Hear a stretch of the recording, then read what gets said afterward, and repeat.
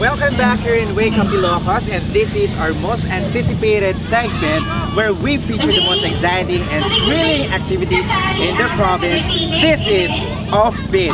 Today we are here at the Sunshine City of Laoag to experience something that we missed, and this is the Ilocos Sandboarding.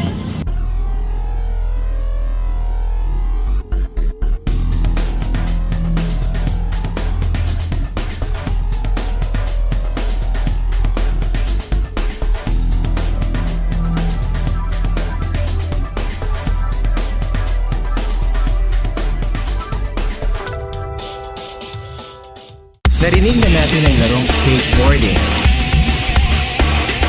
wakeboarding, skimboarding,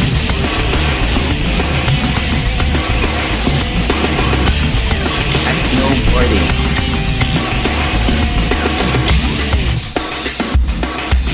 Pero narinig niyo na ba ang sandboarding?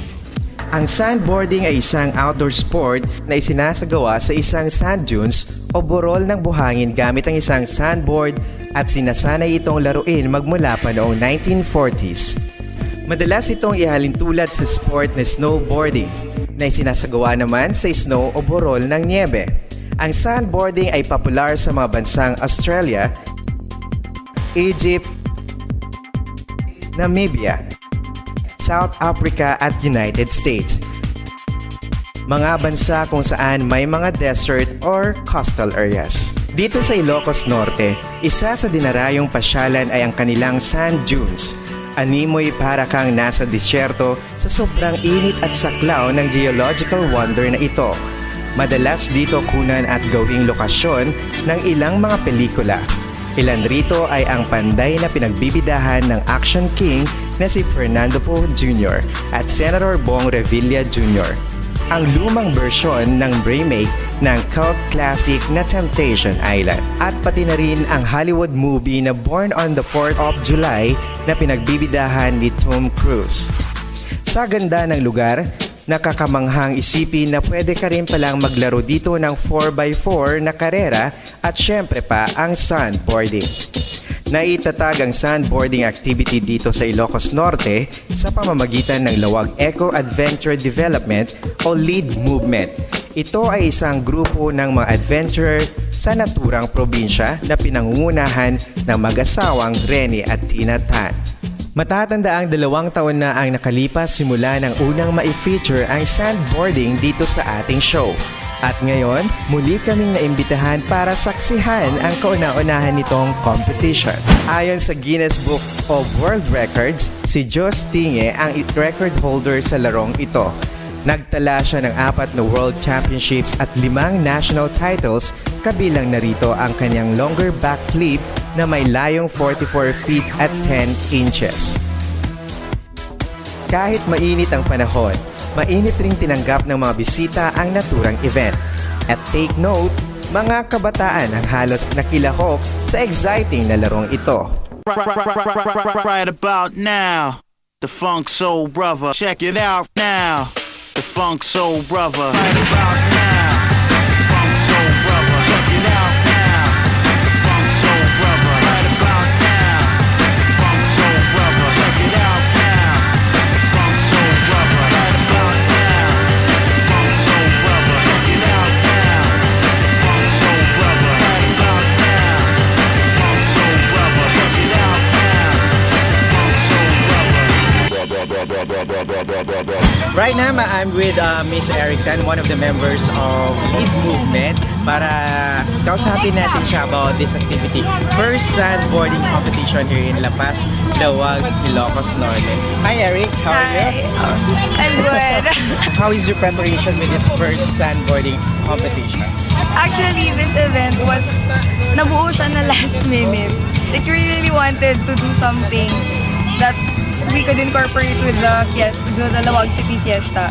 And we thought it was perfect. Mga January lang kami nag-start, nag-plano. So perfect timing. Pero yeah, we've always wanted to have a competition talaga. Pero we never really nag-plan na talaga ng bongga. Pansin ko talagang pagod na pagod ka sa planning nila kasi wala ka ng boses. Kanina nakikita kita dyan sa tabi-tabi naglalakad ka lang. If you come to Ilocos Norte, if you visit any place near Lawag City, you should definitely try sandboarding. It's a sport for everyone, young and old alike.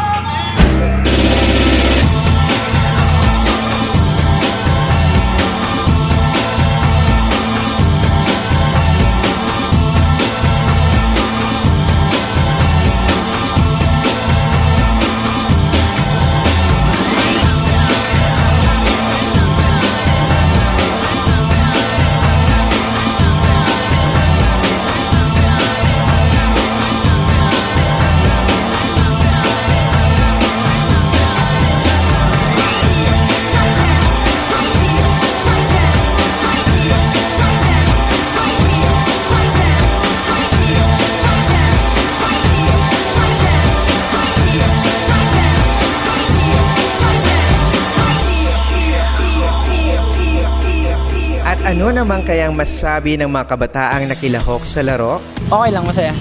Because this is the first time na nagkaroon ng sandboarding here in the Philippines, around the Philippines. So, come to Ilocos Norte, sa La Paz, sand dunes, tapos laro tayo sandboarding. Masaya. Hindi na kailangan lumayo para punta pang ibang bansa para maka-experience yung ganitong laro. Ano na siya, maganda sa kalusugan kasi nga yung pag-akyat pa nakakapagod na. Yung enjoyment, kakaiba. So ayun, huwag na tayong lumayo, dito na yung labas sand dun. So experience it. Ayos lang, enjoy. Malupit. Lead movement. You can also do this. Madali lang naman to, hindi naman napakahirap gawin yung pag-sandboard.